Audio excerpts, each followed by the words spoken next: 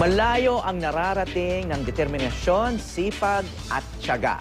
Yan ang pinatunayan ng isang Pilipina na domestic helper noon pero Chief Executive Officer na ngayon ng isang multinational recruitment firm. Kasama natin siya ngayong umaga, si Rebecca Bustamante Mills, CEO ng Shellre Associates at President ng Asian CEO Awards. Magandang umaga, Rebecca. Good morning, Howie. Thank you for inviting me. And you just wrote and published a book about your life story intended to inspire and educate dahil sa inyong halimbawa, no? Kayo ay naging domestic helper sa Singapore. That was one of your first jobs. You grew up in poverty like many Filipinos. Yes. The seventh of 11 kids. Children, Anong nag-motivate sa inyo na mag-abroad para maging OFW? Number one, yung kahirapan na minention mo, no? At saka, syempre, 11 kami. Nung namatay ang nanay namin, yung bunso namin 6 na taon pa lang. So, syempre, kailangan gumawa ng paraan kung paano ko maibibigay yung pinangako ko sa aking nanay na pag-aaralin yung mga kapatid ko. Kaya ako nakapunta sa Singapore. Pero hindi ka lang nagtrabaho sa Singapore. Nag-aral ka in your, I guess, the few spare hours that you had, no? Nakapag-aral ka doon. Kasi when you went to Singapore, hindi ka pa nakapagtapos. Oo. Siyempre, talagang gusto kong magkaroon ng education para matulungan ko ang aking mga kapatid at saka siyempre matulungan ko rin ang aking sarili. Kaya talagang nagpurso akong mag-aral sa Singapore. Ayaw man ng employer ko doon pero gumawa ako ng paraan kung paano. Talagang binudget ko yung oras ko. Doon, alas 5 na umaga gumigising na talaga ako, Howie, hanggang alas 11 ng gabi.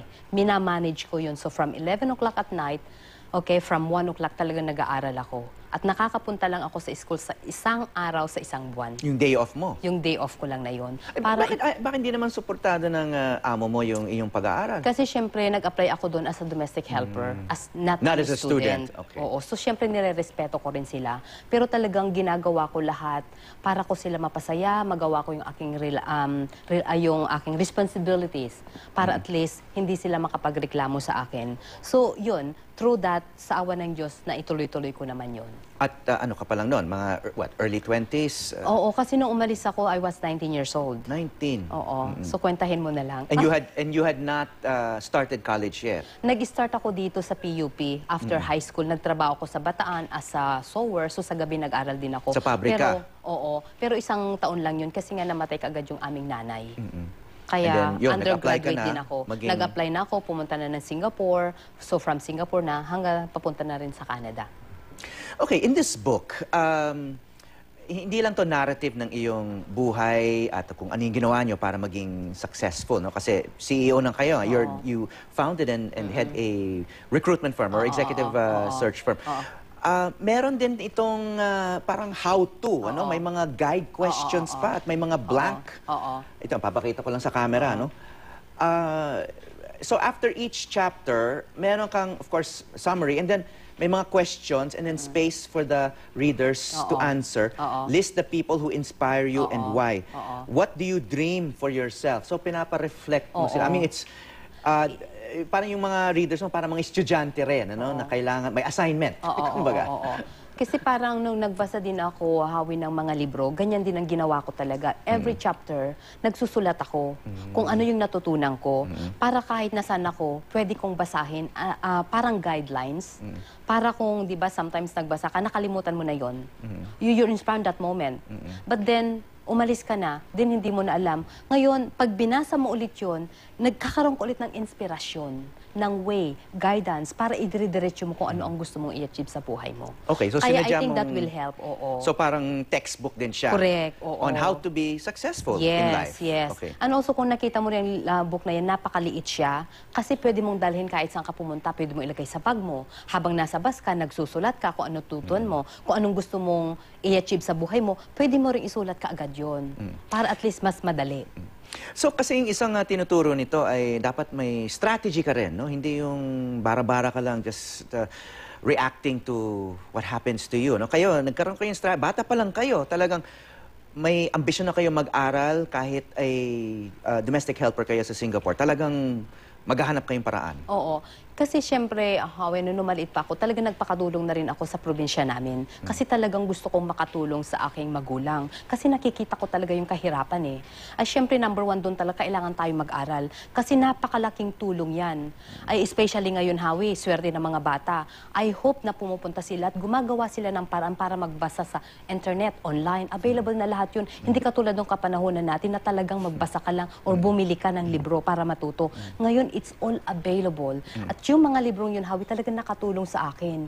Kaya naniniwala ako, pag magbasa ka, may potential ka. Dahil hahanapin mo talaga yung way kung paano ka aasinso. At ginawa ko yun, Hawi. Kaya ako nakarating sa posisyong ito.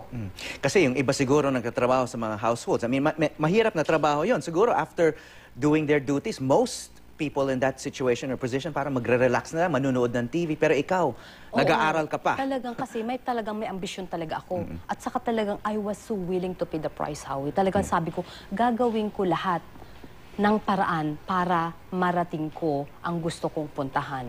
At kahit sino, kahit anong posisyon mo sa buhay, kahit wala kang pinag-aralan, kahit wala kang pera, kung meron kang determinasyon, Howie, mararating mo yun. Ayun, pinapangako ko yun. So after Singapore, nagyaya ka pa sa Canada. Correct. Nag-aral ka rin doon. Correct. So tinuloy nyo, nakapagtapos kayo sa Singapore, and then nag-graduate studies pa kayo sa Canada. Pero nagkaroon ka rin ng gumawa ka rin ng strategy para makapag-asawa.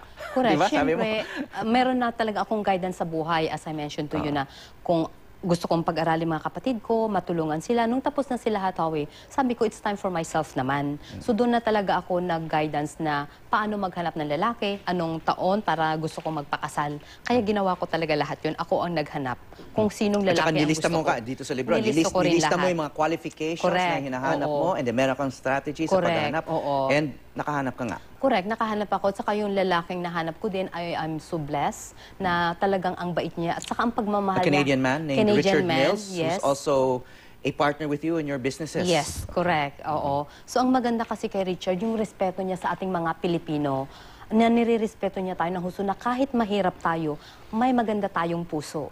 And you have 2 sons? 2 boys, si Anong Chris, ages? 16 years old, saka si Alex. So after a long time in 15. Canada, umuwi kayo, pamilya, dito sa Pilipinas. Dito na Oo. kayo nagsettle? Dito na kami nakasettled ngayon kasi ang ganda talagang gumawa ng way para makatulong, maka-inspire sa ating karamihan dito. And Yun you're raising talaga. your sons in the Philippines yes. to be Filipino in addition to being Canadian. Right. Okay, a self-made woman and inspiration to all Filipinas. Maraming salamat, Rebecca Bustamante Mills, to use Mills. Yeah. CEO ng Shellre Associates at President ng Asian CEO Awards that's held annually. Yes. Can I say something about the awards, Howie? Maybe a few seconds before we cut to commercial. I encourage everyone to please come and join us and watch the Asian CEO Awards. Our mission is to really promote Philippines and recognize the Filipino achievers in our country. So malaking gathering to ng mga heads of companies. Kailan Correct. to nagaganap? Sa November 12 sa Soler. Okay. Maraming salamat, Rebecca.